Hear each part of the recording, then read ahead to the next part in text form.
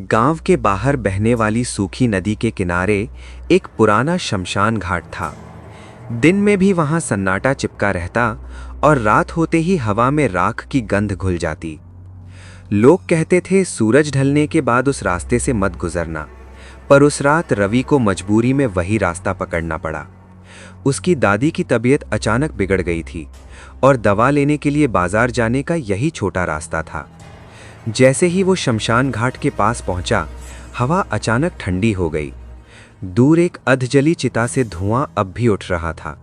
रवि ने कदम तेज कर दिए। तभी उसे सुनाई दी एक धीमी खिंची हुई हंसी। रवि रुक गया। उसने पीछे मुड़कर देखा।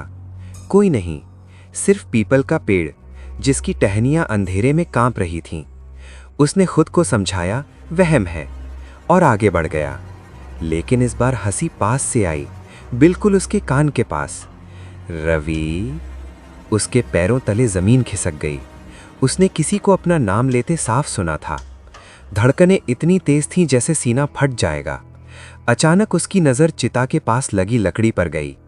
वहां राख पर ताजे पैरों के निशान थे, उल्टे। रवि का गला सूख गया। तभी उसे एहसास हुआ हंसी अब सामने से नहीं, उसके पीछे से आ रही थी, और वो अकेला नहीं था। उसने साहस जुटाकर पीछे देखा। अंधेरे में एक सफ़ेद साड़ी वाली आकृति खड़ी थी। चेहरा धुंधला, आंखें लाल और होठों पर वही खिंची हुई हंसी। तू फिर आ गया। रवि के हाथ से दवाइयों का थैला गिर गया। उसे याद आया 3 साल पहले इसी शमशान में एक औरत की चिता जली थी, और उस दिन भी आखिरी बार उसने किसी को हंसते सुना था। हवा अचानक तेज हुई, राख उड़ने लगी, और अगले ही पल सब शांत। सुबह गांव वालों को शमशान घाट के पास दवाइयों का थैला मिला।